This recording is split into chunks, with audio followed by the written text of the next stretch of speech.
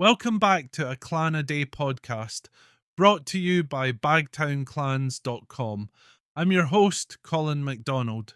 Today we explore the storied history of Clan MacAlpine, a family whose roots run deep into the origins of Scotland itself. Often described as one of the most ancient Scottish clans, MacAlpine is tied to King Kenneth MacAlpin, the man credited with uniting the Picts and Scots in the 9th century and establishing the foundation of the Kingdom of Alba.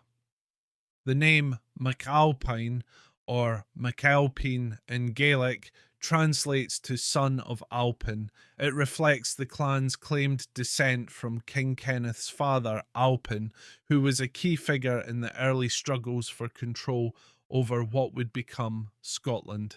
According to tradition, Kenneth MacAlpin rose to power in 843, combining his claim to Pictish lands through his mother and his position as a leader of the Scots. This unification of the two peoples was a turning point in Scottish history, creating a kingdom that his descendants ruled for centuries. The clan's connection to this legendary king has elevated it to almost mythical status among Scottish clans. Kenneth is remembered not only for his role in uniting the Scots and Picts, but also for moving the kingdom's political centre to Dunstaffnage Castle in Argyll, a location long associated with Clan MacAlpine. Perched on the shores of Loch Etive, the castle was a Pictish royal stronghold before becoming part of Kenneth's legacy. Another significant site linked to the clan is Dunadd, a hill fort in Dalriada, where Kenneth is said to have consolidated his early power. Though MacAlpine is recognised as a clan with ancient and royal origins, it is armigerous today, meaning it lacks a hereditary chief. Unlike other Highland clans that maintained land and power into the modern era, the MacAlpines faded from prominence by the late medieval period.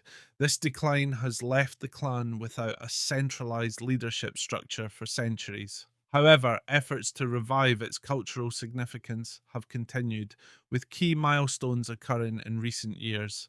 In 2016, a family convention, or Derbfine, was held at Abbotsford House, the home of Sir Walter Scott, to establish a temporary leader for the clan. At this gathering, Michael Todd McAlpin Sr was chosen as clan commander, a position officially recognised by the Lord Lion King of Arms in 2017. This recognition was a significant step in bringing together the MacAlpine diaspora and preserving its legacy.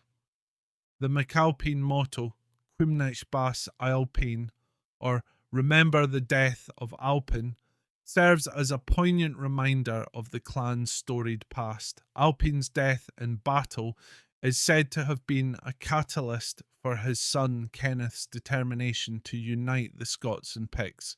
This legacy of resilience and unity has become a defining characteristic of Clan MacAlpine, inspiring its members to remember their roots and strive for a shared sense of identity. Part of what makes Clan MacAlpine unique is its connection to the broader group of clans known as Seol Alpin, or the Seed of Alpin. This group includes clans such as the MacGregors, Grants, McKinnons, McQuarries, McNabs, McDuffies, and Macaulays. Each of these clans claims descent from Kenneth MacAlpin, though the connections are often more symbolic than genealogical. Together, they form a network of clans with shared royal lineage and a profound connection to Scotland's early history.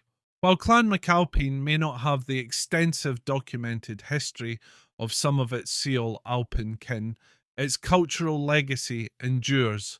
An old Gaelic saying, Cuimhnich is wilt is Ailpeinish, meaning hills and streams, and MacAlpine, reflects the idea that the clan's origins are as ancient and enduring as the Scottish landscape itself. This poetic expression reinforces the depth of the clan's connection to the land and its history. The MacAlpine tartan, while relatively modern, has become a symbol of the clan's identity. First documented in the early 20th century, it resembles the hunting MacLean tartan but is distinguished by unique yellow lines. This design highlights the clan's individuality within the broader tapestry of Scottish heritage. Clan MacAlpine's history is also interwoven with stories of its diaspora. Many members of the clan were displaced during Scotland's tumultuous periods, including the Jacobite risings and the Highland clearances. One tale recounts the journey of Edith MacAlpine and her husband, Archibald MacGregor, who fled to North Carolina after the failure of Bonnie Prince Charlie's 1745 uprising.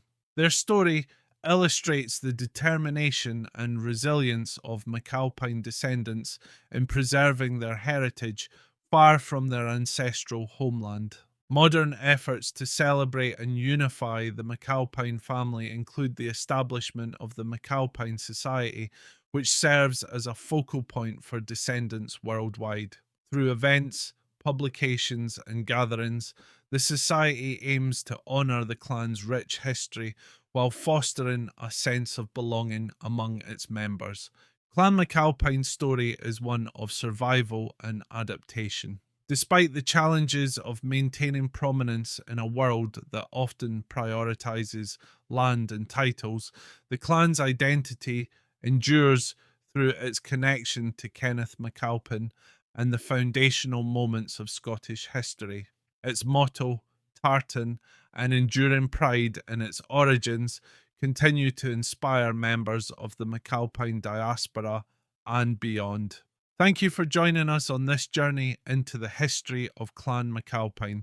Be sure to tune in tomorrow for another episode of A Clan a Day podcast. I'm Colin MacDonald, and as always, go NRE and both are leet.